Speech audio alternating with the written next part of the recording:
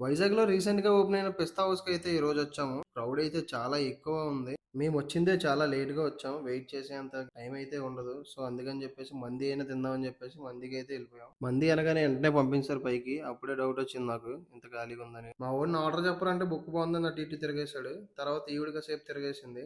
మేము chicken juicy మంది రెండైతే desserts అయితే చెప్పాము. చెప్పిన వెంటనే 5 మినిట్స్‌కి మా ఆర్డర్ అయితే మాకొచ్చేసింది. చూడగానే అర్థమైంది ఇద్దరికైతే సరిపోదని చెప్పేసి. బట్ టేస్ట్ చూసాక బావుంటే తీసుకుందాం అని ఆగాం. చాలా యావరేజ్‌గా అనిపించింది. ఈ పీస్ ఆ మయోనీస్‌లో ముంచుకొని తినడానికి మాత్రమే బావుంది. సాఫ్ట్ డ్రింక్స్ కూడా ఓవర్ ప్రైస్డ్ అనిపించింది. మా వాడు డ్రింక్ తాగరంటే మోకాలేసి ప్రార్థన చేస్తున్నాడు. ఇంకేమీ తినాలన్న ఇంట్రెస్ట్ రాలేక చేయి కడుక్కొని వెళ్ళిపోదాం అనుకున్నాను. అప్పుడే గుర్తొచ్చింది మేము 2 డెజర్ట్స్ అయితే ఆర్డర్ పెట్టాం కదా! అవి టేస్ట్ చేయాలని. Apricot delight with ice cream and double ka meetha అయితే టేస్ట్ చేసాం. 2 నాకు ఓకే అనిపించినాయి. పర్లేదు బాగానే ఉన్నాయి. బట్ మా వాడికి అస్సలు నచ్చలేదు. అది రకంగా ఇచ్చాడు ఎక్స్‌ప్రెషన్.